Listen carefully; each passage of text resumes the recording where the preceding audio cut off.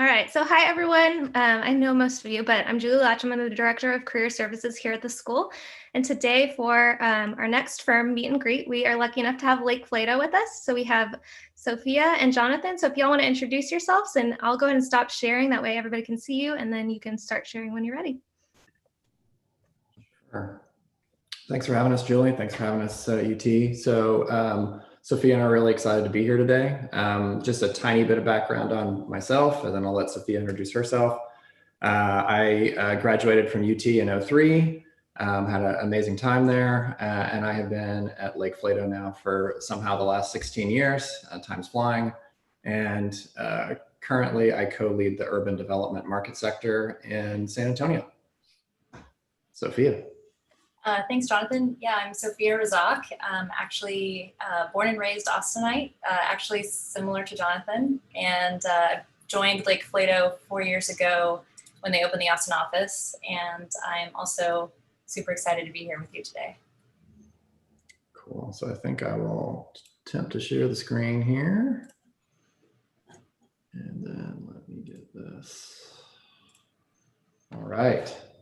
So just a super broad overview today. We just want to talk a little bit about the firm's history and design process, and then a couple of projects that both Sophia and I have worked on, recent projects in the office. And then we want to have enough time at the end to have a fairly robust Q&A. So hopefully you guys brought some good questions, so we can sort of talk through that. So we also have our email addresses there. If you guys need to have any follow-up questions, feel free to contact us. Full disclosure, Sophia and I are not firm recruiters. We're architects in the office, so we can try and answer as many questions as you all have. So to sort of kick it off, this is Lake Flato here. This is our firm retreat every year, which is called Flake Lato, out at a ranch in West Texas. And it's really, really great. Everyone goes out there and has a wonderful time. We're about 120-ish people right now, all in our individual Zoom boxes at home. Normally we're about 100 in San Antonio and around 20 in Austin. And everyone in the office is super duper fun to work with and collaborative, and everyone is insanely talented, which is one of the things that I love about the firm. And here you can see that the most competitive day of the year, which is the Halloween costume contest. Very high marks for everybody on that. Both Austin and San Antonio really get into it. And so the firm really began, and the reason that we're in San Antonio is that David Lake and Ted Flato, the two founders, along with some of our other partners, came to San Antonio to work for O'Neill Ford. If you all don't know O'Neill Ford, you should check out his work. He's basically the sort of father of Texas modernism, and did some amazing buildings across the state. And he was really about this idea of timeless architecture and creating architecture that really stands for its place and is place-based. And then our two founders here, David Lake and Ted Flato, who are still very much involved with the firm, not quite maybe as eloquent as O'Neill on that, but this ethos of making architecture that is very particular to its place and that engages the outdoors and actually really brings you in a closer understanding with the environment has been really key to the firm. And the firm began around 36 years ago, and most of that early work was all in Texas. And as you all know, Texas has some very varied landscapes, and we got to work on projects far afield all around the state. And most of those early projects were rural and were ranch houses. And I think that is really interesting because a lot of those clients didn't really care about what they looked like. They weren't asking us to provide a Tuscan villa or a French chateau. They were looking for architecture that really performed to its environment and was, because some of these things were far flung, they had to be particular to their place. And so this is really the through line that runs through all of our work, is really creating this architecture that is extremely particular to its place. And within the office, I've worked in other offices where a lot of the inspiration from the office comes from the latest architecture magazine or Arc Daily. At Lake Flato, it's really fun to be at a firm that a lot of the inspiration comes from these older buildings, and really understanding, because pre-air conditioning, you really had to be super clever, especially in these rural areas, about how you built, what you built with, and the way you built. And so a lot of the precedents that we look at in the office, you're just as likely to see pictures of rickety old barns that someone took as you are to look through some fancy monograph. And here you can see again in some of the earlier work, the Texas State Cemetery on the right, how we're really trying to draw similarities to the road cut on the left, and really trying to create these beautiful walls that have some resonance with what's happening locally. And again, these sort of funky ad hoc, what we call in the office ranch tech solutions to things, where you're in some far off place and you need to create shade for the cows. How do you do that? And using and being really clever with materiality and with budget in this case is something that we really admire. And that showed up in the early work. So this is probably the first big house that put Lake Flato on the map. On the left is the Alamo cement plant. On the right is the finished house. And again, this came out of the idea of being very clever and being very budget conscious. So they were able to, the owner was able to purchase this large shed from the Alamo Cement Company. And then we were able to cut it up into these pieces and create these large, mostly outdoor spaces, which is super fun. This is actually an event space that you can rent now in Kyle, and it's we've had firm retreats there, and it's really fabulous. And I think still, when most people think of Lake Flato, they tend to think of this type of work. This is the Hill Country Call, which is a non-conditioned, basically just a beautiful porch for some clients out north of San Antonio. And it's all about local materials, pulling the breeze through the building. And so this early work really had this great, even before people were really talking about sustainability the way they are today, really had this very strong ethos within the firm about how we work and how we tie into the place. The climate, the craft, and the culture of a place is so important to our work. And then as we then traveled with these clients, where we did, the ranch house, and then they now are working in town and need an office space or a hotel. And so we were able to take that ethos forward. And so now we are working all over the country. About half of our work is outside of Texas.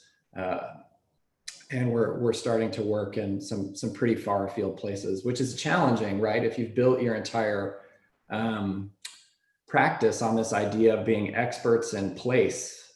So it's really challenging, but super fun to go to a place like the North Shore of Kauai and try and quickly immerse yourself into the building techniques and the history and the local subcontractors and what they're good at. And then that sort of what started as being, going out to the job site and figuring out which way the breeze was blowing throughout the firm's history has really, we've applied a lot more rigor and science to it.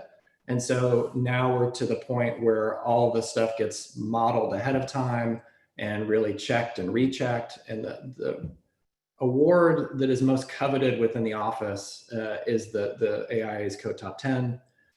So each year the AIA gives only 10 projects this award, and it's for buildings that really are super high performing and beautifully designed. And we feel like you really can't have a beautiful building that's not high performance.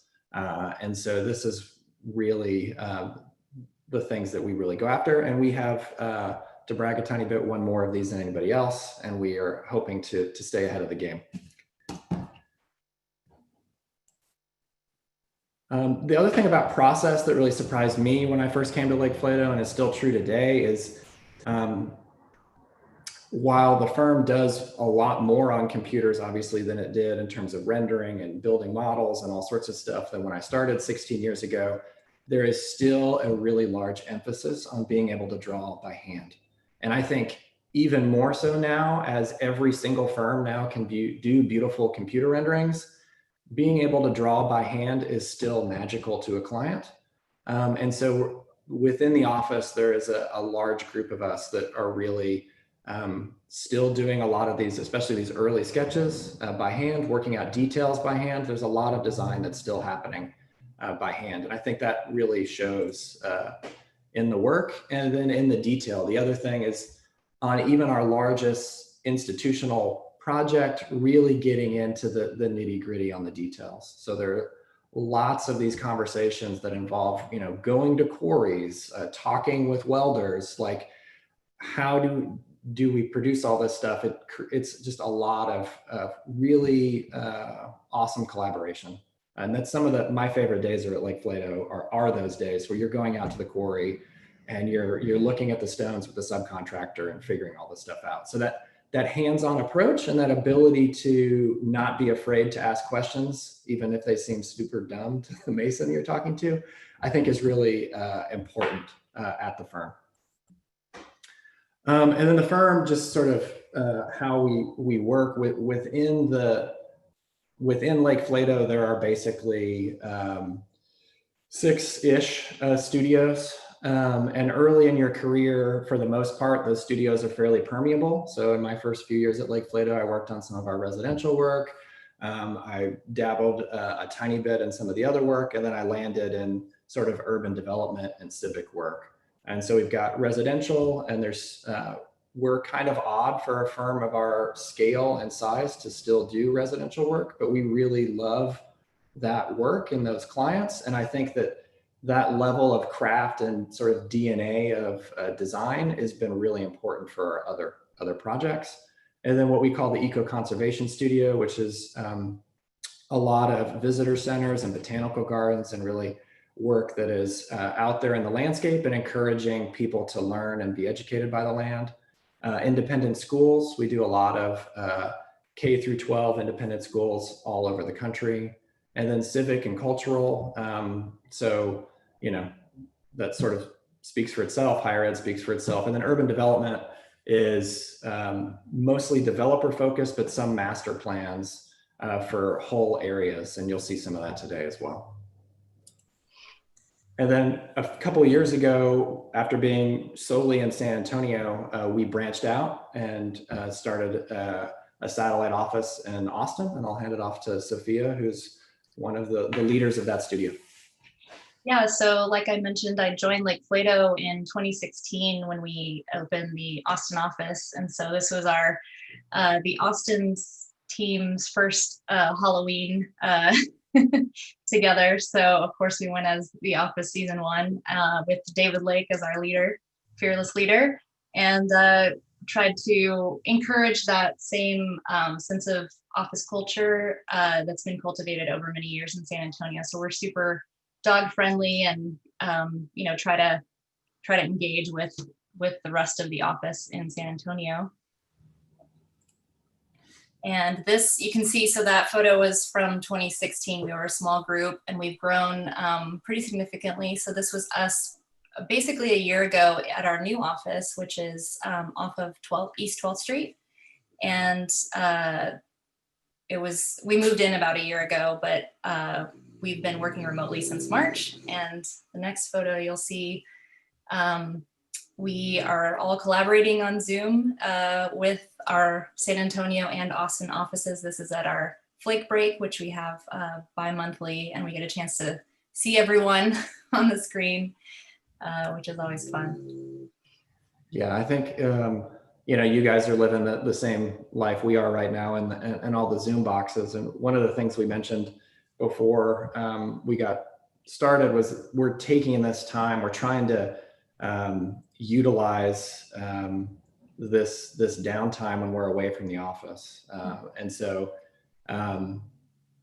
we're currently in the process of redesigning the San Antonio office and rethinking how that's going to work and how we're going to work in it post-COVID.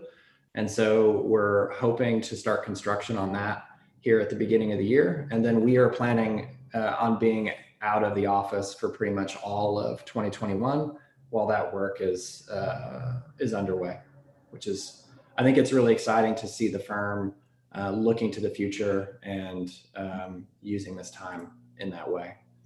One of the other things that we've been working at in the office, I mean, obviously the work has traditionally been very sustainable from sort of an environmental standpoint and from an energy usage standpoint, but thinking about us as an organization. And a few years ago, we did what we called the Regeneration Retreat, which is really all about how we can design Lake Flato itself to be more sustainable and equitable for the future. And one of the things that came out of that was going through the JUST process. So we're recently now JUST certified. And we're also, both Sophia and I are on the Equity, Diversity, Inclusion Task Force in the office. And there's lots of very interesting discussions happening right now with all of this stuff happening at the same time while we're all in our little Zoom boxes. So it's been a really great time to see the firm think about these things. I'll hand it off to Sophia. Now we can talk a little bit about some architecture. Yeah, so this is a project near and dear to my heart. I've been spending the last 3+ years seeing the Magdalena Hotel through construction, and it recently opened, which is not ideal during COVID, but if you were to design a hotel 10 years ago that's opening during COVID, it's the perfect the perfect one, just because it's really embracing the landscape and has all this outdoor circulation, which you'll see more of. So next slide is, you can see an early conceptual rendering and kind of gives you a point of reference because you can see Congress on the left and downtown Page Plan North.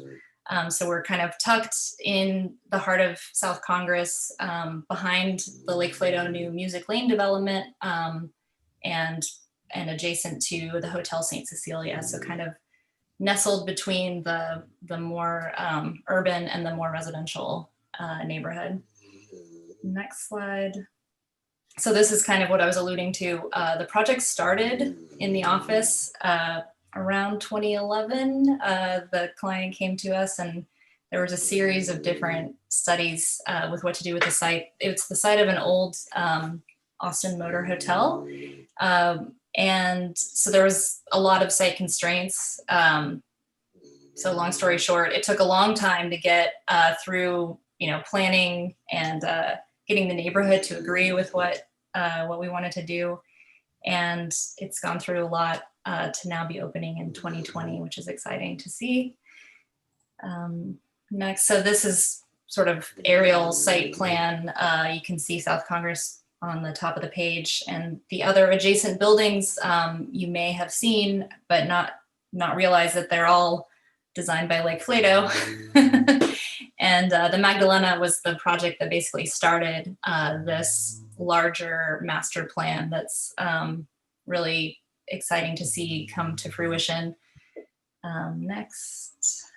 So the ethos behind the hotel was really celebrating the culture from Austin in the 70s, this lake house culture, and just thinking about all the watering holes and kind of that vibe. It was also next to the Opry that Willie Nelson operated that's on the adjacent property. So a lot of recalling kind of the music of that era as well. Next. And we collaborated with Tenike Landscape, they're a local landscape firm that we've worked with on many projects. David Lake and Christy Tenike actually they're really good friends, and they enjoy kind of bouncing ideas off of each other. But this was Christy's original kind of plan for how the landscape was really gonna, bring this project to life. The whole middle of the existing site was paved.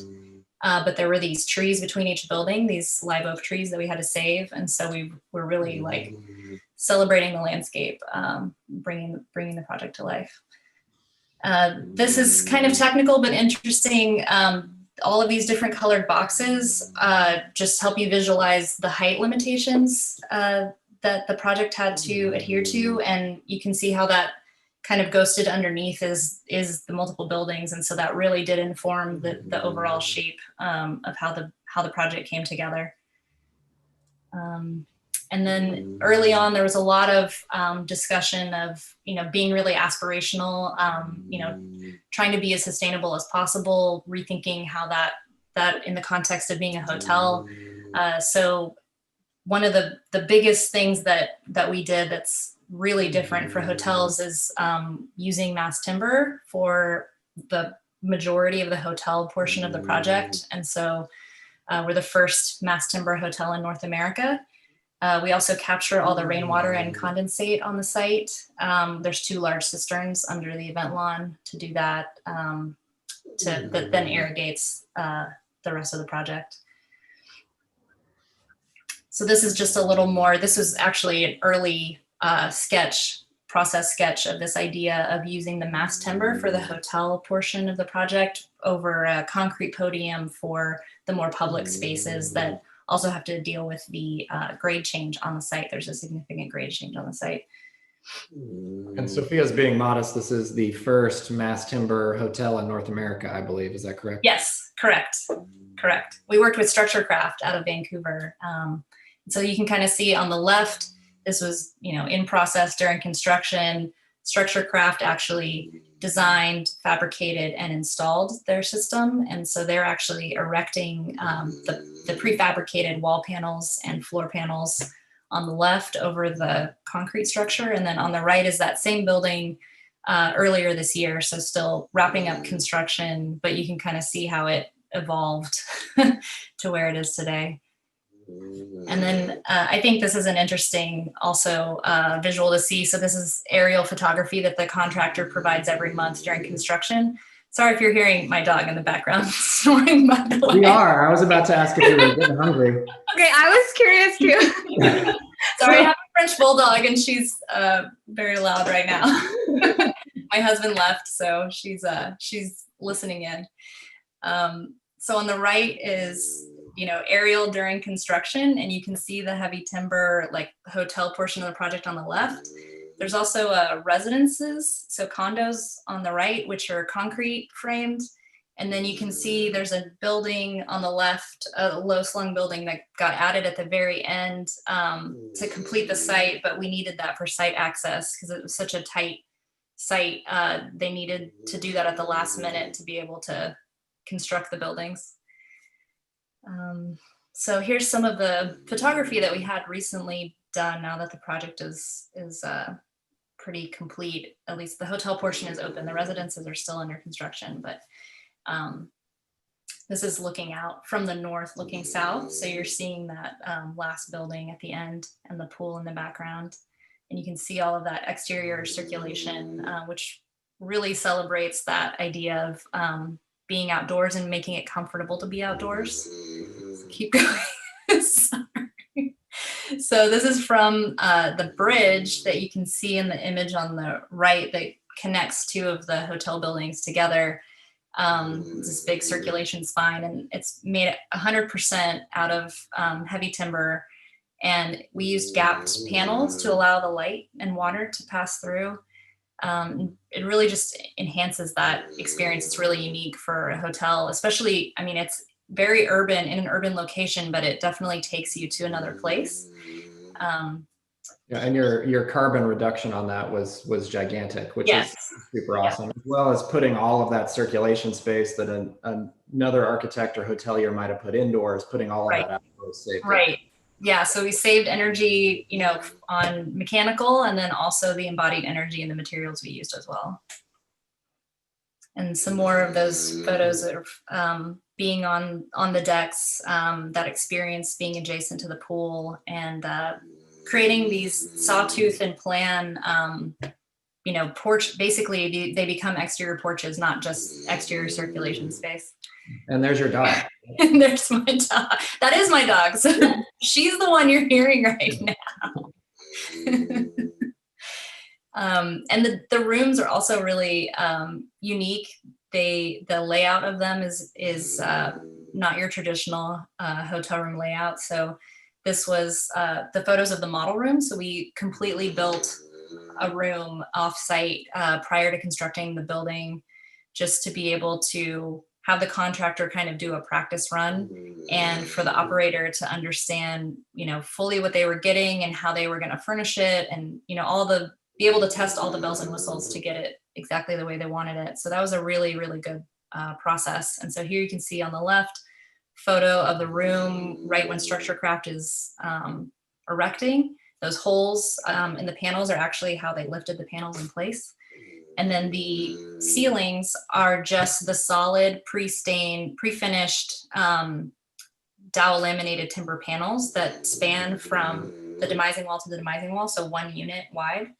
And there's 3 panels that make up each room, but that's literally the structure of the floor, and it's exposed as what you see in your room. So the bottom, you can see the final. And then the operator bunkhouse, they also operate Hotel San Jose, which we did with them 20 years ago, but they came up with this idea of doing different color schemes for the different rooms. So there's 4 different colors, which makes it fun. So even if the layout's the same, it kind of changes it up depending on, which room you get. And then this is just some shots of the public spaces. So you enter on Music Lane, which, now there's sort of a paseo from Congress that kind of leads you through to this spot. And this is one of the existing live oak trees we had to build around, which was really complicated. And we were able to keep it alive. And the Summer House restaurant is that kind of glowing box you see on the left, which just opened this past weekend to the public. And on the right is the porte-cochere kind of valet drop-off area, which StructureCraft also designed and fabricated that beautiful lattice structure. And then on the right, you can see, this was before the restaurant opened, so these aren't really the best photos, but they were just kind of showing you how it was coming together on the right. And they have lots of outdoor seating as well. So I would definitely check it out if you're interested. This is the lobby. So you actually enter in the basement space, and then you can either take that stair up around the tree or take the elevator up to this lobby space. And it has this great way that it can open up and be open, connect you to the courtyard. So I've been seeing it open most times I've been there lately, now that the humid weather is getting past us. And then some shots of the courtyard and that experience with the pool, and that interaction, the different interaction you get with the different buildings and their adjacency to the pool. It's pretty fun. It's a pretty fun experience. And I think there's just one more. Yeah, so another view. So this is looking north. So downtown is behind the buildings, and you can kind of get an overall view of this end of the project. But on the right, there's concrete frame. There's some rooms there, and so they'll be immediately looking down on the pool. So kind of some different experiences, which is fun. Cool. So I'm gonna swap over, and we're gonna talk a little bit about the Big Bend Fossil Discovery Exhibit, which is a project I got to work on a couple of years ago. Working in a national park can be very, very complicated. So this was actually the second scheme that we did.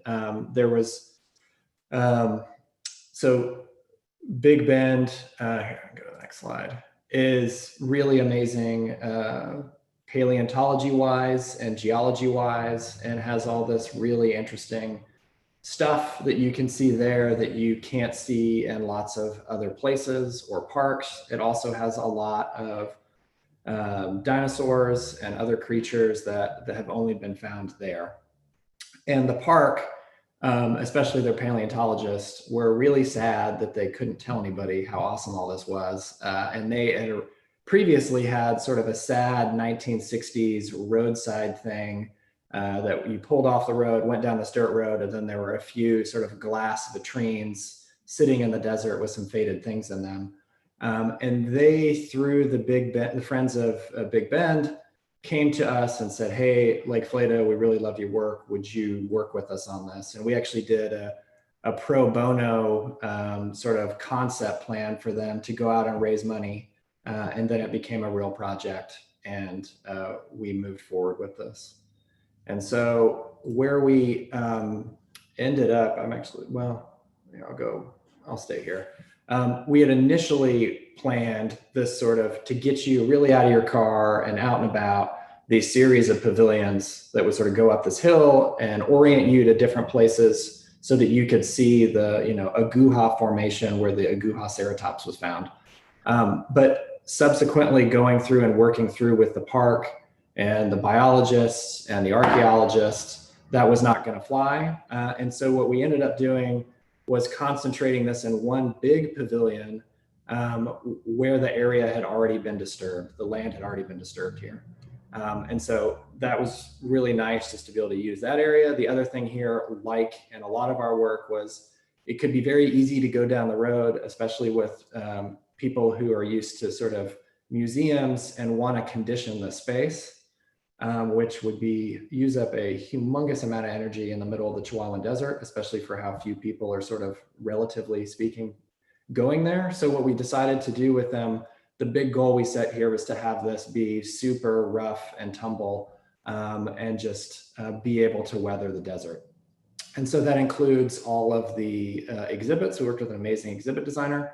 And so as you move through the space here of the rusted pipe, you're able to get a sense and sort of follow through the history of the geology of Big Bend. And then there's this sort of large space here that houses the Quetzalcoatlus hanging from the ceiling. And there were lots of discussions about how tall that would have to be to keep people from doing pull-ups on it, because this isn't a manned site. And so there are all sorts of really interesting questions that came up here with regard to the facility and sort of the rough and tumbleness of it. And then here you can see we were able to get bronze cast for this is the Deinosuchus, the largest sort of alligator fossil. And then I forget which guy this is, but he's found in the park. He's basically a T-Rex. And you can see how much kids love this. I mean, they're just like crawling on top and around these things. And you get this amazing view of the Dead Horse Mountains beyond. And that idea that was originally physically going and looking through pavilions is still present here. And so these little viewfinders out of the oil field pipe, they have little viewfinders in them for kids, the low one, and adults, the high one. And those actually point at the formation, and they'll show you, this formation, when it was formed and what's found in it. So it's able to tie you back to the place, which is fun. And then, local stone.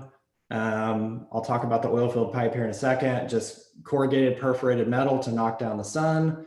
And this is basically, this guy's off the grid. It's got some solar panels on the roof that run a few of the lights, but there's no AC. And thinking through where this thing was being built and who was going to build it was a big deal, right? Because you're in Panther Junction. I mean, just getting into the park from Persimmon Gap, you're an hour drive just within the park. And so really thinking through the sort of locally who can build this and who can build it well and beautifully led us to looking to use recycled oil field pipe, and to find, we knew we would find great welders in West Texas with all the oil field work that's going on. So that's sort of what led us to create the building out of that structure, which then led to pretty much all of the other decisions, so that all of those are sort of flowing downhill. And I think that's it for Big Bend. So yeah, here you can see the building with its solar panels and how it's sort of tucked away in the park. There's only a few spots in the park where you can actually see it from. But next time you go to Big Bend and you're driving in through Persimmon Gap, you can see a sign for it, and it's worth a stop. And when Jonathan was giving the explanation of the different studios at Lake Flato, he touched on development, which is actually the studio that's split between Austin and San Antonio, and does all scales from master planning to urban infill, but also down to interiors. So this is an interiors project that I worked on here in Austin, the Equinox Fitness on South Congress. And let's see. So this was the mood board that we collaborated with the client on. That's something that it's part of their process that they always do. I mean, we also as architects do that as well, but we sort of brought our mentality, our know-how of Austin, and they have what they're trying to convey with their brand and how those two things come together to make a club that feels like Equinox, but also that it's in Austin.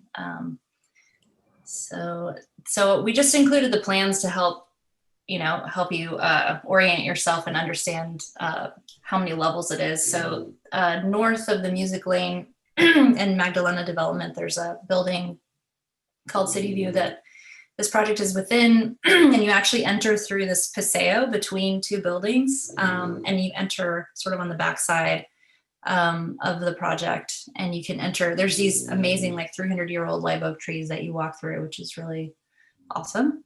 And there's this outdoor seating area, so you still have a little area to connect with the outdoors. And then the next plan just kind of shows the main floor, ground floor is really reception, cafe, shop, more of the public facing part of the project.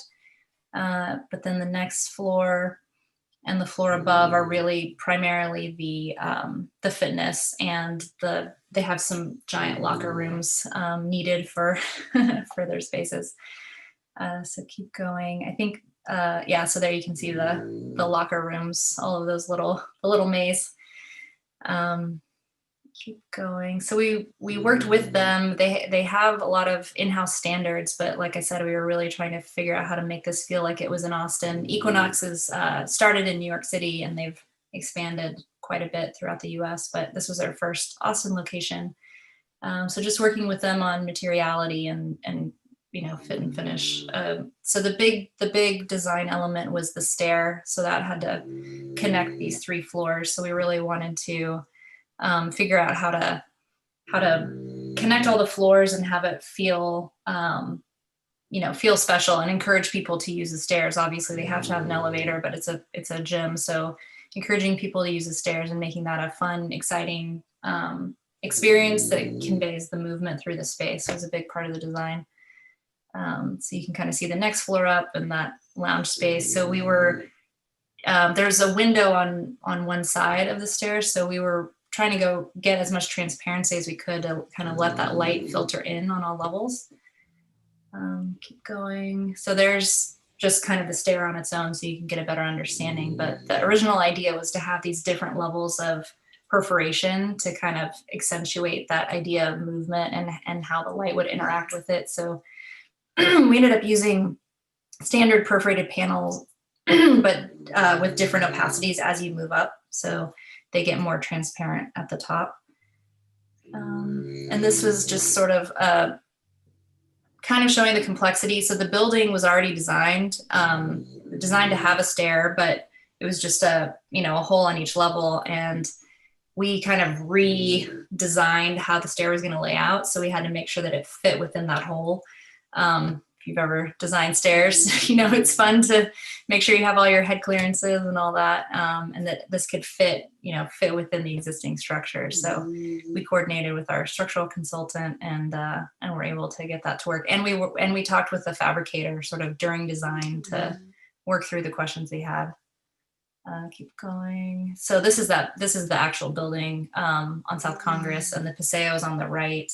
Downtown is on your left, and you enter sort of on that backside.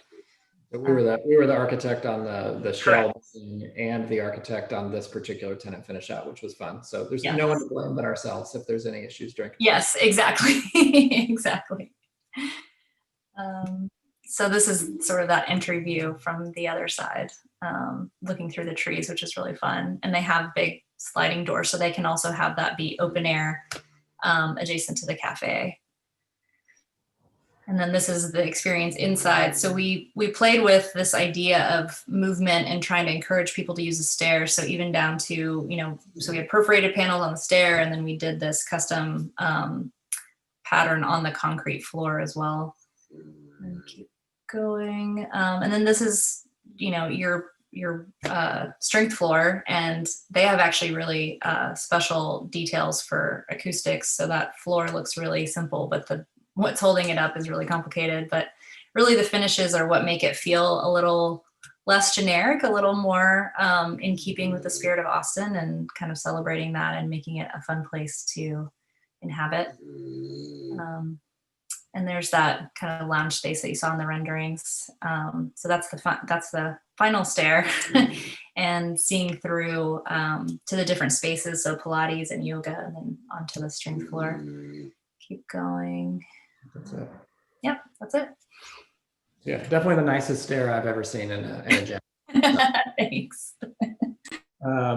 So this isn't a super new project, but I did want to use the central library because I worked on it for 11,000 hours of my career, as just sort of to just talk about the process that we use at Lake Flato, and sort of how these decisions get made ultimately. So just a little bit of background on this. Here, as you guys know, is what Austin looks like today.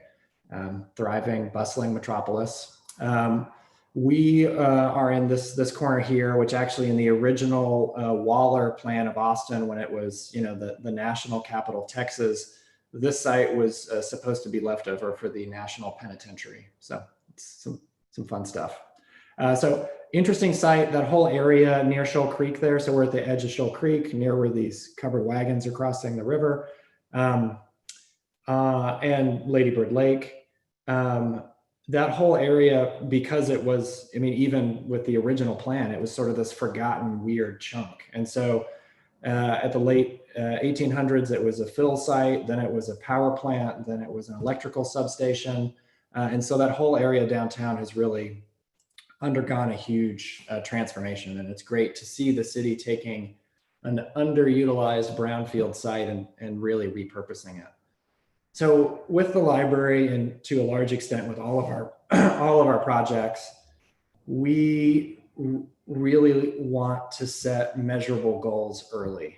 And so, when you get a big project, especially as big as a $100 million new central library in your hometown, you want to get your sketchbook out and you want to start working immediately and start drawing. And we really resist that urge, and we really want to get everyone together. This was the architecture team. We were partnered with Shepley Bullfinch on this, and the whole team went to a ranch in West Texas and hung out for 3 days and really thought about what a library is and what the right library is for Austin, and really setting those goals. And it was really resisting the urge to start drawing it. And so a few of those aspirations that came out of that, and this was at the same time we were doing the public meetings with the city, so they sort of dovetailed into each other. And one of the big things was Austin, unlike pretty much every other central library being built currently, wanted more books, not less books in it. And Austin, very interestingly, was extremely into their books. And so thinking about this as not sort of a genius bar for technology, but thinking about that books are a technology too, and how can we embrace the books. And then really creating a place for everybody, creating a democratic space, a welcoming space.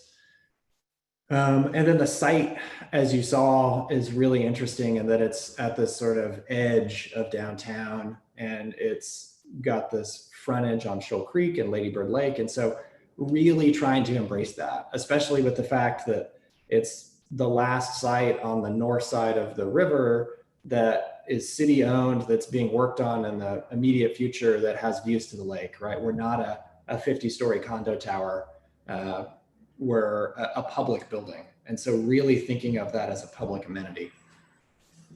And then one of the most important ones is we looked at the current library, and where it fell short was really this idea about being flexible.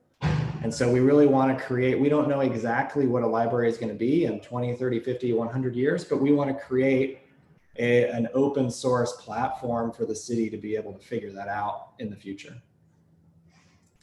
So those were the big sort of design goals within the design team. And there's a theme here of lots of workshops and collaboration, which you all, I hopefully are getting to do a lot of in school.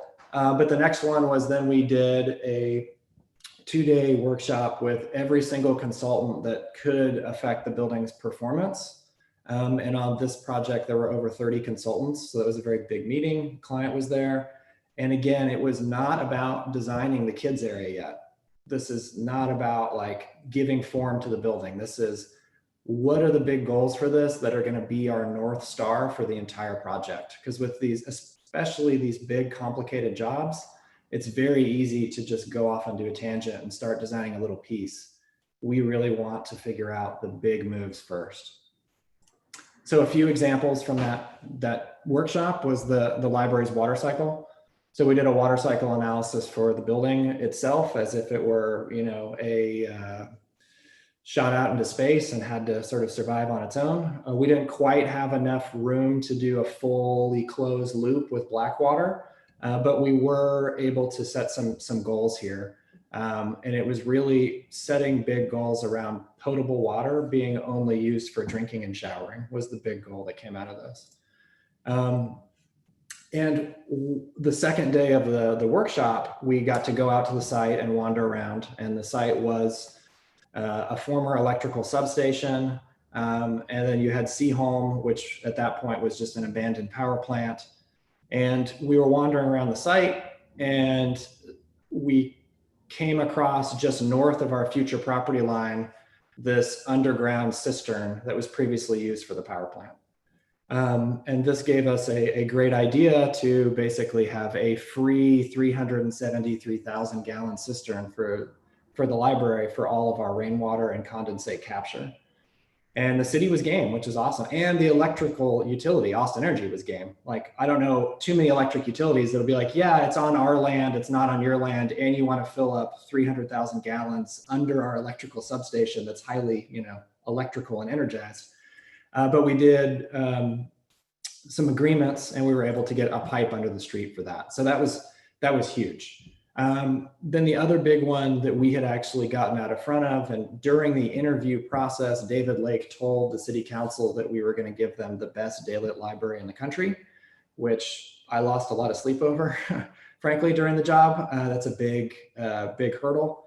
And in the workshop, this was the initial sort of idea, was how can we break this building up into thinner chunks so that we can effectively daylight both sides? And in the original one, they were 60-foot bars, but you have to balance that out with the library's program. You don't want to be walking down the mystery section and then the mystery section starts up again, you know, 40 feet across the atrium. So it became two deeper 80-ish foot floor plates with a larger atrium in the middle to effectively daylight. And then that daylighting goal really influenced the entire process. So if we hadn't set that goal, we wouldn't have hired some of the consultants we've hired and done things the way we did them. So on this, we had another 2-day workshop for the daylight. This involved the daylight designer, the artificial lighting designer, the interior designer, and the architecture teams. And what we ended up doing was working through all of the daylight with a big analog model that we called the dollhouse. And so here is the daylight process. If you all want to follow along at home with your current studio work and do a daylight model, this is how you do it.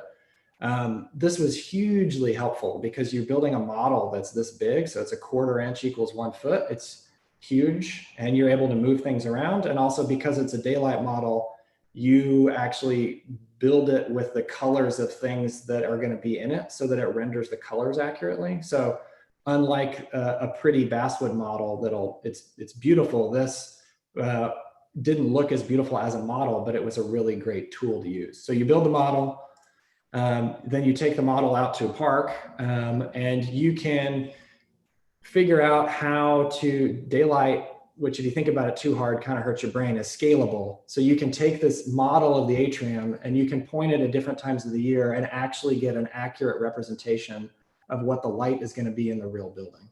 And so here you can see we built the atrium. We even included Christian Muller's Art in Public Places piece, birds. And the reason we did that is we were afraid birds, which was already going to be bright red, the color is called hot jazz. We were afraid it was going to turn the entire atrium pink because it's 3 stories tall. So we actually wanted that to be part of this model to make sure that we weren't going to have a pink atrium when we were all done.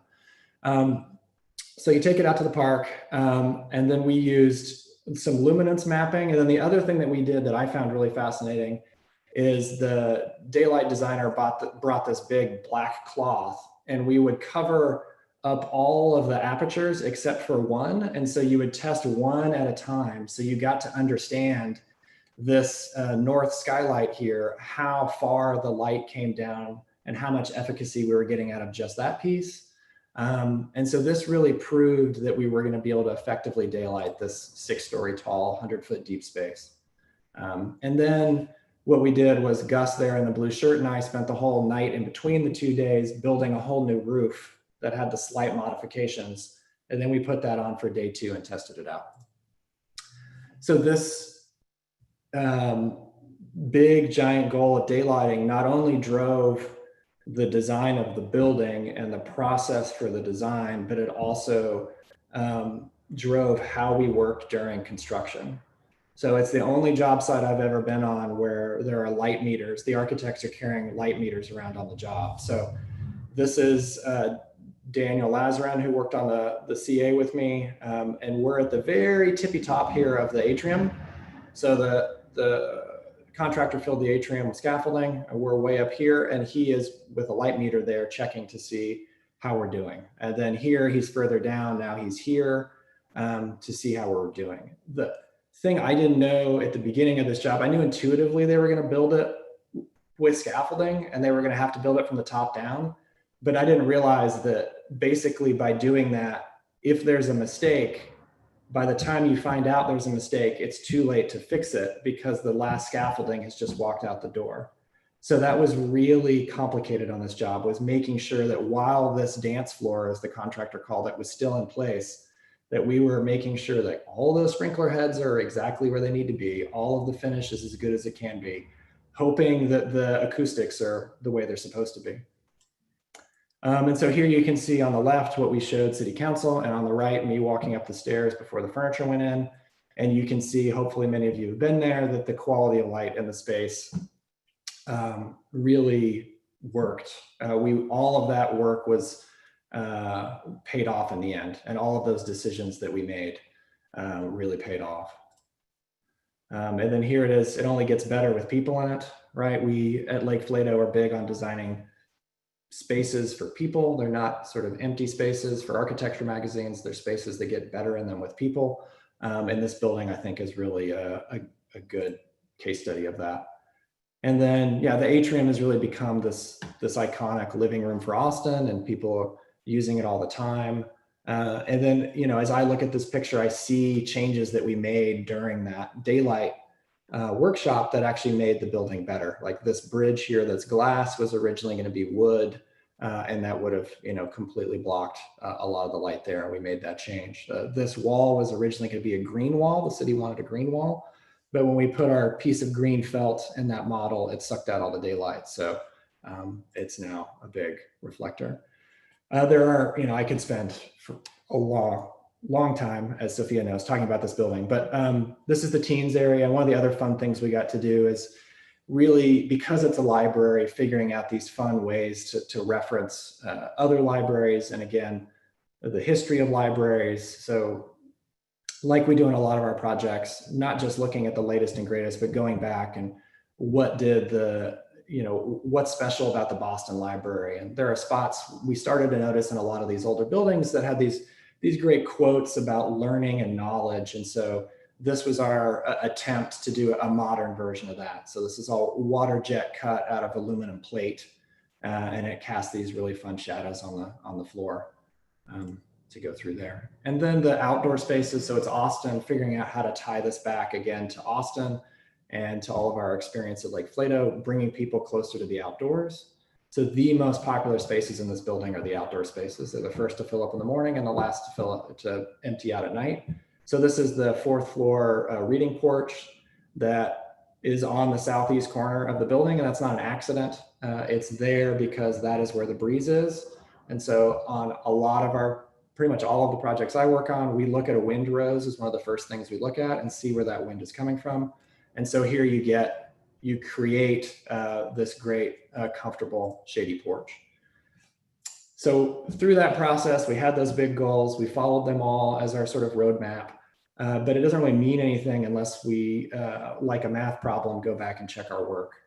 And so it's really great at the end of these jobs, and sometimes very eye-opening, to go back and really critically look and make sure that we've met or exceeded those goals, and if not, why. And we've found before where, you know, the pool equipment on a house has sort of kept cycling on and on and on, and that's what's throwing their energy usage out of whack. So it's really important to do this.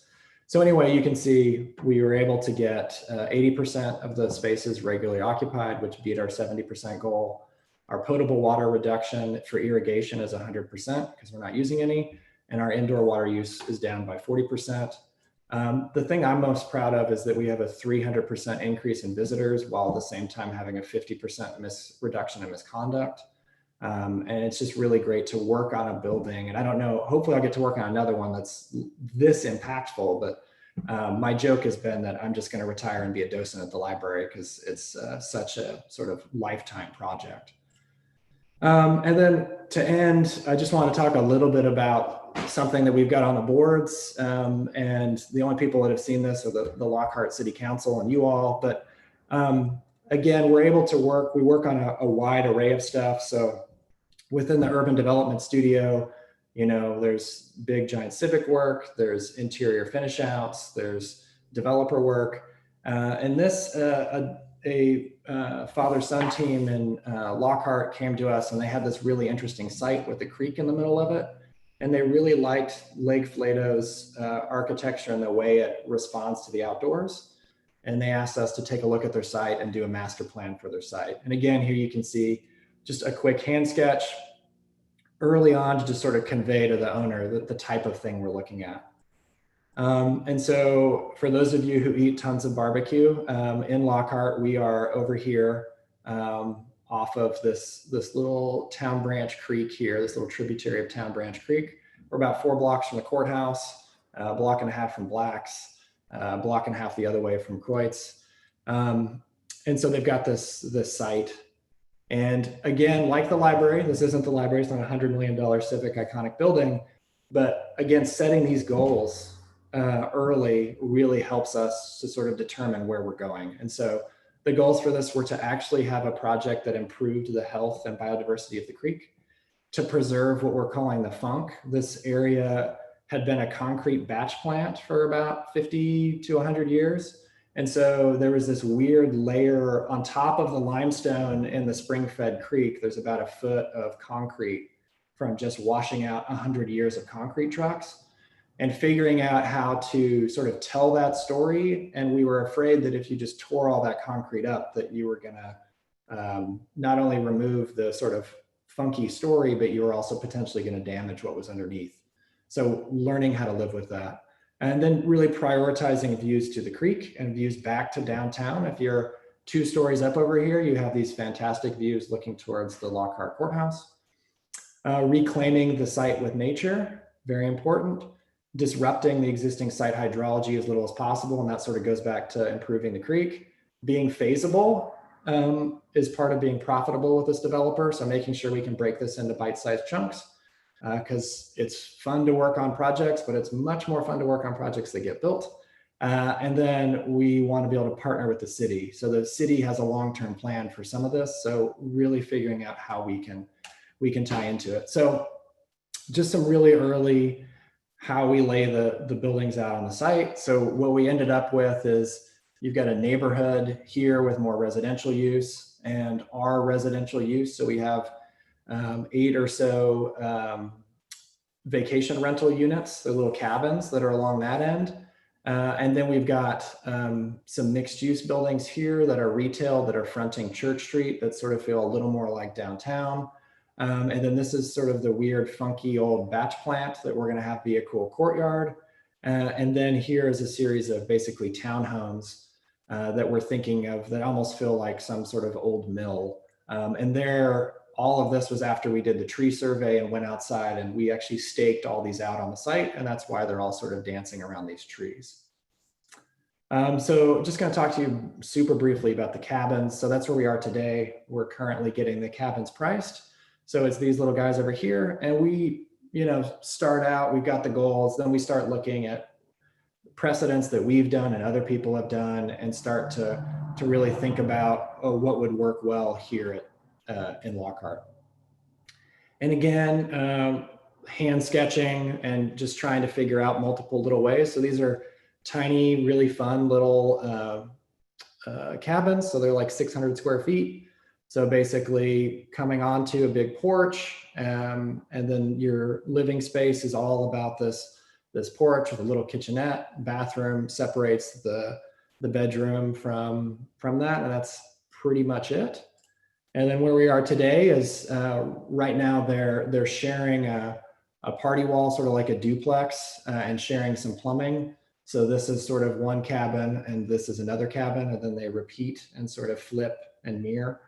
And it's been really, really fun to work on. So currently it's getting priced, and we hope to start construction on these early next year. And I think thus concludes, we're 1 minute over, but Sophia and I's sort of presentation on some recent work and sort of how the office functions. And we would love to have a conversation with y'all about any questions you have about Lake Flato, the offices, the studios, or us. I have a question. My name is Gabrielle. I was wondering if the opportunity to work online has encouraged any enhanced collaboration between the San Antonio and Austin offices, if you've taken that opportunity to really work together. Yes, we have on that Lockhart project that is across studios.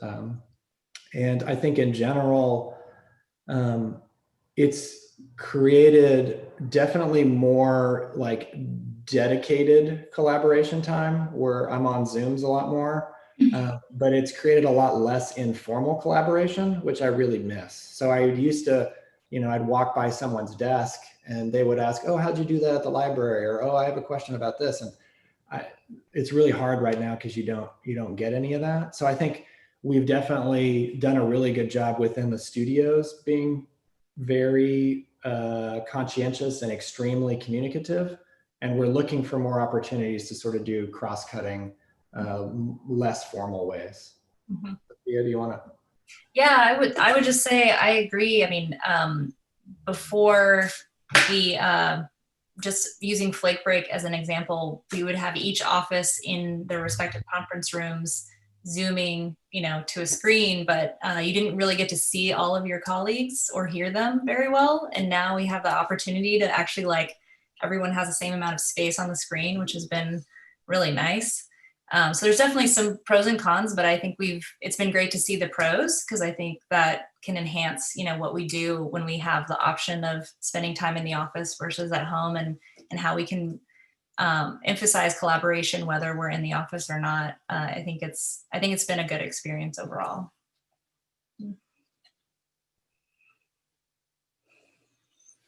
Other questions? Yeah. Hey, my name is Andre. Thanks for the presentation. It was really interesting. I wanted to ask about the performance analytics you guys did for the library. I was curious if you do that on all your projects, or if that's something you wrote specifically into the contract for the Austin Public Library. Because I see a lot of architects build buildings and they kind of abandon them. They don't, excuse me, they don't follow up to see how they're performing. Yeah. So I was curious about that with Lake Flato. So we try, Andre, we're increasingly doing that on pretty much all of our work. There's a few projects that don't get it, but it is increasingly something that we think is super important, just because we learn so much. And so in Austin, some of that comes out of, if you're doing a project that's LEED or living building or seeking a pedal, or that's sort of built in because you have the commissioning and people are definitely coming in and testing things. But we have been doing it on all of our residential work, and that is huge. And so you'll get the residential, the bills from the energy bills, and you can see and make sure that the PV system is working. That, like I said, lately, the pool equipment has sort of been a bane of our existence, and finding someone who does sustainable pools would be really great. And then other things like you'll find out that they, left their the floor heater on in the bathroom for the, tile floor in the bathroom, and that's, working against the whole system. So we're looking to do as much post occupancy as we can, but it is client dependent. Some clients are more hands off, especially the developer-y ones tend to be less interested because they're oftentimes not paying those energy bills. But we still really try, even with those clients, to get as far down the road with them as we can on these sustainability measures. And that includes post occupancy. So for the library, we also did client satisfaction surveys with all the staff and with random people in the building. And so there are a bunch of different tools in the toolbox for how to do those. Yeah. Yeah, that's really exciting because I feel like it helps you design better buildings in the future if you know how your buildings are performing. And so that seems like a really valuable tool. Exactly. When we see a future, or I don't want to speak for everybody, but I see a future where, if you're really doing highly sustainable, high performing buildings, that the actual dashboard for that building is on your website. So you would go to Lake Flato website, go to the Austin Central Library, and it would actually show how many kBTUs it's used this year, what its actual EUI is, and how much water it's used. So you would actually see this sort of statistic be live so that you could really prove to people how it's working. And it's a great check too for the facilities group, because then they can see what's happening. So that's my hope. We're hoping for the San Antonio office remodel to actually be able to do that. So part of what we'll be doing during the remodel is actually pushing that out through the website, why we made these certain decisions, how those certain decisions are affecting our impact on the climate. Wow. Yeah, real-time analytics sounds really exciting. I'll keep up with that to see if it happens soon. Yeah, I hope so. We'll see. Thanks again. I had a question. My name is Amber. Thank you guys for this talk. And I know you touched a little bit on it previously when you talked about being just certified, but I wanted to ask if you feel that diversity in designing for equity plays a central role in the values of your firm. And then if so, how does that kind of show up in your work?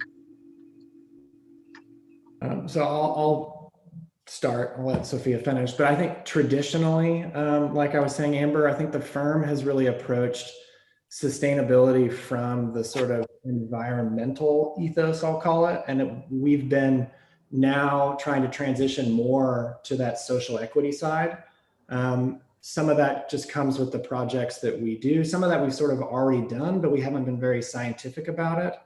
And so we're looking to increasingly get into that side of things. Just like we're measuring all of this other stuff, we feel like we can measure that. So I'm working right now on a mixed income project in New Orleans. And one of our goals there is we're partnering with the Louisiana Institute of Health to actually try and measure the health outcomes of the people staying in our hopefully healthier mixed and low income mixed use development versus the one down the street. And so that's just sort of a starting point, but we are focused on bolting that on and adding more of that into our work as we move forward, and as the market frankly finds ways to figure that out. Like LEED and other people are starting to dip their toe into the social equity water, which we think is great. We also have a 1% program in the office, so that enables clients that wouldn't normally probably come to Lake Flato to come to us for things. And in the past, we haven't been very proactive about seeking out a diverse group to go find. We've just sort of let people who know about it find us. And I see that changing as we speak. Yeah, and I think as Jonathan mentioned, we're consciously trying to sort of evolve our process. So, with the library, there were all of those workshops with different stakeholders and different ambitions. But I think we try to do those workshops with every project, and being able to have social equity be part of the agenda on those moving forward, so that we're kind of pushing that conversation with our clients and finding better ways of, cultivating conversation and finding ways that we can integrate integrate things in moving forward in a more conscious way and kind of push our clients. Because I think that's been a big part of it. Like Jonathan said, there's certain projects that naturally, you have clients that are more on board with a more holistic approach, like what the goals for the project are. And then when you're working with developers, it can be a harder conversation to have. But even here locally in Austin, these past 3 weeks, the Urban Land Institute has done this 21-day challenge trying to push the local developers in Austin to think about, about their industry and how they can be pushing themselves to think about that conversation, how they can work better around the ideas of social justice and equity and in the built environment. So I'm really hopeful that that's going to permeate the design and building culture of Austin and help us moving forward. Yeah, thank you.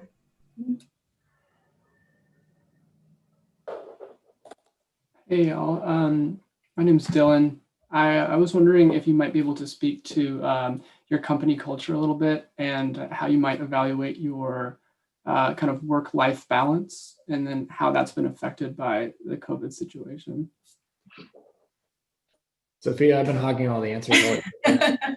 Okay, I think, prior to COVID starting, definitely the San Antonio office has been around just, for over 30 years and has a really great culture of really becoming, it's feels like a family. People move, from all different parts of the United States to come work for Lake Flato and really, create strong friendships and bonds that last a long time in the office. And anytime I've been in San Antonio and had the opportunity to need to kind of spend the night because I need to be there for different project meetings, multiple people just open their houses up to you and invite you to come stay with them. And you inevitably go somewhere to eat and run into other Lake Flato people. So it's a great culture. And, in Austin, we've been trying to cultivate that same sense of family and community. And I think through COVID, finding ways to still meet safely in person has been something that we've been doing. So I know teams in Austin and San Antonio have had like front porch, sketch sessions to try to still have some contact and collaboration, just trying to maintain that culture and feel like we still know what's going on with everyone on a personal level, even though we're not physically together, which has been great. And, hearing our dogs in the background and having them show up in meetings. And we still did a great, everybody dressed up for Halloween. Just we had our flake break and we still did our big Halloween celebration. So I think just trying to cultivate that same sense of togetherness like through this has been really helpful.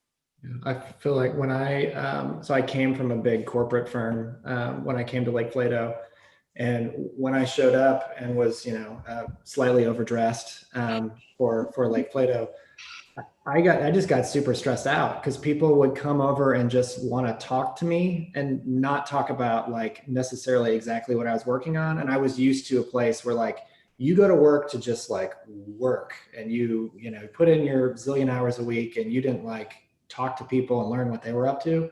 And so that was a really big culture shift. It's really great that the office is like that. And even if you're super busy and someone else is super busy and they have a question about some detail, you stop what you're doing and you figure it out together. And so that collaborative process is really great. The other thing that just blew me away when I started was I immediately was working with David Lake on some stuff. And like in the office in general, it typically doesn't matter where the idea comes from. It's all about finding the good ideas early. And so as young staff, as interns, you're able to actually have influence and have your ideas incorporated, which was really, really cool. And I really enjoy the collaborative atmosphere of the office.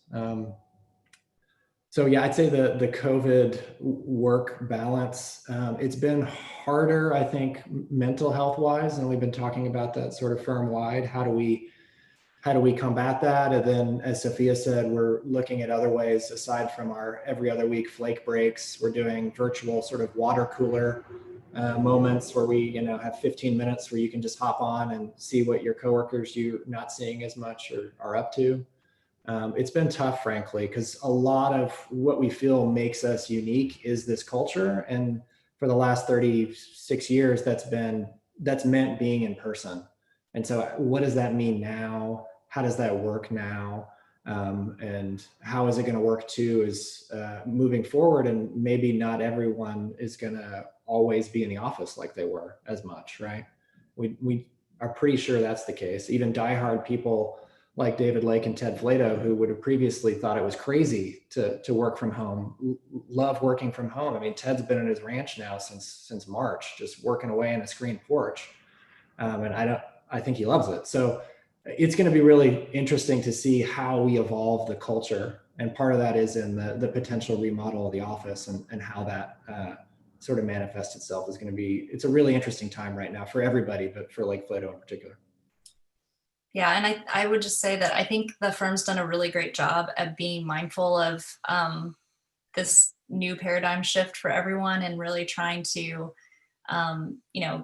make sure everybody's doing well through COVID, checking in with people, giving us the tools we need to be able to work effectively, and know that we're not expected to just work all the time just because we don't have to leave the house to go to work. And so we're upgrading. People are actually getting technology sent to their houses to make sure everybody can work well together. And then, on an individual level, like trying to still have those opportunities for informal collaboration, just being able to be on Microsoft Teams and just poke your colleague and be like, hey, do you have a second to chat? I need to bounce this off of you or ask a question. People that I'm working with know they can just call me and we can talk through something. So just still trying to, allow for those things to happen. It is a little more difficult for people who haven't been at the office long enough to feel comfortable just calling people they don't know as well. But we had some people start actually on March 16th. And so, they're new to the office, but I feel like we've done a good job trying to make sure they feel integrated. So I imagine it's super similar to what y'all are going through. I mean, you're used to being in studios with people and being able to ask the person next to you. I mean, I don't know who to call on, but I mean, how's that going for y'all? Is that, there's great lessons or tools that you guys have. We'd love to sort of hear what's working well for y'all. I feel like Studio took a really interesting shift toward group projects and more collaborative work when we got online, so that professors are at least you guys can rely on each other in that sort of sense. And we've used this program called Miro, which I think is really interesting, where you can kind of all pin up on the same digital board, which I think is really charming. It's obviously not the same as in person with the thing you talked about of stopping by people's desks and just glancing at what they're working on, but it is kind of charming that we've been able to support each other through it. Yeah, I'm actually a colleague in our San Antonio office, and Adriana, have been co-teaching a studio at UT San Antonio, and we're using Miro with our students. I think that's the best we can do for digital pinup, but obviously if anybody else has any other tips, definitely interested. Similarly to that, our studio has been using concept board, and we've found that really helpful as well.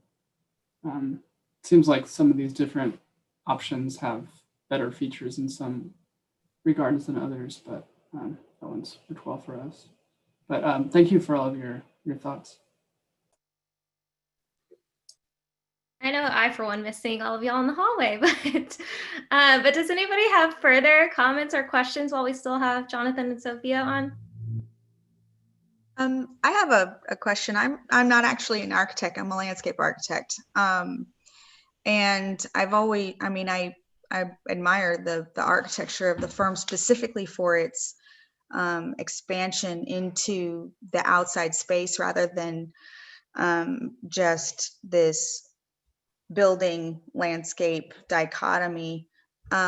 but I am curious because I've talked to Christy tonight and I've seen her, we look at her work constantly, but at what point, and I don't think you guys have a landscape architecture portion to your firm, but your collaboration in design, at what point do you start really looking at the landscape? Because I find for most architecture firms, it seems like a secondary consideration. Let's get this building figured out and we'll just plop the landscape in around it, rather than integrating those two. So when that collaboration comes into play, I'm very curious about that. As early as possible. I mean, when Yeah. did Sophia, I mean, Christy probably was figuring out the shape of that courtyard at the same time we were figuring it out, right?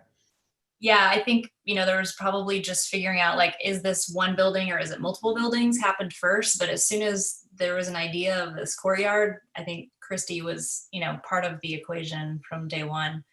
I think even small master plan projects that the Austin office has had an opportunity to be a part of, we'll, even in the initial conversation with the client, when we're talking about when we understand their site and what they're trying to get out of it, we will tell them that it's critical for the betterment of the project if we can also have a little bit of fee to have a landscape architect be part of the equation, because we know it's going to enhance the overall project. So we're big proponents of trying to push for landscape early, because we know that's only going to enhance the architecture.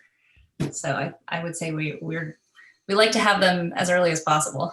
Yeah, we like to work with really, really great ones. I would totally echo what you say. I feel like a lot of architects just think of architecture as from the skin of their building in, and it's not that. It's much more than that. And so that's part of the reason why we don't have an in-house landscape architecture, is because we really like to work with the best and collaborate with a bunch of really amazing, talented landscape architects all across the country. And with them, and frankly, most of our consultants, we don't like to come to them with a design. We want them helping to influence that design all the way through. And I think it's most clear in our work. As you can see, we're hanging out the Mill Springs Ranch right now with the landscape. And they're probably, not to belittle all our other amazing consultants, but they are probably our sort of most beloved consultant on these jobs, because they really, with the architecture, is putting a lot of pressure to make that landscape really work, right? We're telling clients, hey, you're going to spend in this new house, you're going to spend a whole lot of time outside on these beautiful porches. And so we need landscape that's really going to support and create climatically conditions for that all to work. I also really think it's fun too, when we work with people like Christy or others, where the landscape is not just a pretty thing to look at, but it's actually reinforcing the sustainability of the project. And this whole notion too, with our architecture being very particular to its place, that the landscape is as well. So that you're seeing landscape that's reinforcing pollinators and reinforcing habitat, and frankly, telling you where you are. I mean, if you're in Austin and surrounded by weird non-native things, you don't feel like you're in Austin. Right. Exactly. All right, it looks like we still have a few more minutes. If there's another last question, maybe two. Yeah, just piggybacking off of Amanda, in this whole conversation about like the building as an integrated object within the landscape. I mean, I think it's so exciting that you guys are going to Kauai and you're going to New Orleans or wherever. And I'm just wondering, actually, like how successful that can be, and like what the design process starts to look like. Are you just integrating more partners from the community? Yes. Yeah, that's what I'm wondering. Yeah, no, Stephen, I think that that's one. But so I think the two most exciting / biggest challenges for the firm are scaling up our, what was a ranch house 20 years ago that was off the grid into a 200,000 square foot thing. It's not easy. And that same design process doesn't exactly lend itself to it. So we're learning how to do that. And I think we're getting better and better at it. And then the other one is like, how do we travel? And a lot of that lately has been through local consultants. So that on that project in Hawaii, I'm working, the entire team, except for the interior designer, are all in Hawaii. They all understand the climate. They understand the building traditions. They understand the culture. And so that's super important. And same with the New Orleans project. All of that is we're typically brought on as sort of a design architect, and then we're partnered with all these other people. And the projects where it works the best is, yeah, we've sort of set these goals and we let them know that we really want this project to be about this place. And a lot of those early dinners on those projects are talking with your architect of record and your client about what makes this part of New Orleans different from all the other parts of New Orleans, and how can this project either amplify that or tell a different story or tell where this part of the city is going. And so it's a question we're still living and still working through. But I think it's really exciting to be a part of. And you as an architect get to travel and go to these places and fill your sketchbook up with, 1,000 drawings of doors in New Orleans or porches. And then on that next New Orleans job, you have the funky, weird set of ideas to utilize. All right, last one, anybody? Hi. Oh, Sarah, do you want to go? No, it's okay. You can go. Okay. I don't really know if it's so much a question as it is like an observation, but you do, one thing that's kind of unique to you guys is that you do you have 6 nodes you talked about, and so you do a variety of different types of projects, but within those projects, there is like a consistent, maybe language or, and I don't necessarily know where that comes from, or if that comes from like having a very strict, set of values that you've established for the firm. So I was curious if you could maybe talk on that kind of idea. Sure. I think the way I would put it is the thing that I like about the firm is it's a firm where my grandmother can understand the architecture, but other architects also can sort of appreciate what we're doing. So I think we're not sort of trying to wholly reinvent what architecture is. Like at Lake Flato, for the most part, a porch you can understand as a porch. The front door is the front door. And we're typically not being totally reimagining the form of things. And so I think that starts to lend itself to some forms that get repeated over and over again. I think too, oftentimes, you figure out how to do something well and you want to build upon that in the next project. And so there are people who will say like, oh, I'm so tired of limestone to me. And I'm like, limestone is it is from the earth. It's not like a fashion state. We're not building it out of limestone to be fashionable. And so there are those conversations, and they can be pretty entertaining. But I do think the firm is always pushing itself, and so you will see, like, I don't know if you guys are familiar with Confluence Park. We partnered with an artist on that project, and that's very quote unquote on Lake Flato. And so it's fun to see, and there's always 1 or 2 of those in the office that are constantly pushing and changing the language. But there is sort of a shorthand of porches, of canopies, to Louis Kahn it up, a brick is a brick and stone is stone. But yeah, Sophia, I'm rambling, sorry. No, I totally agree. And I think it's that sensibility to the site and a lot of those roof forms and, locations of outdoor space is all very responsive to the site and becomes sort of a theme that carries through. And like Jonathan said, I think we're not about, object architecture, but it's more about the experience that you're cultivating and really understanding your client's goals and creating that experience and not having it just be about like, look at me architecture. Yeah, there's been times where we've been working on projects and you'll be in a design review with someone in the office and they'll be like, that looks fashionable. That's going to look dated.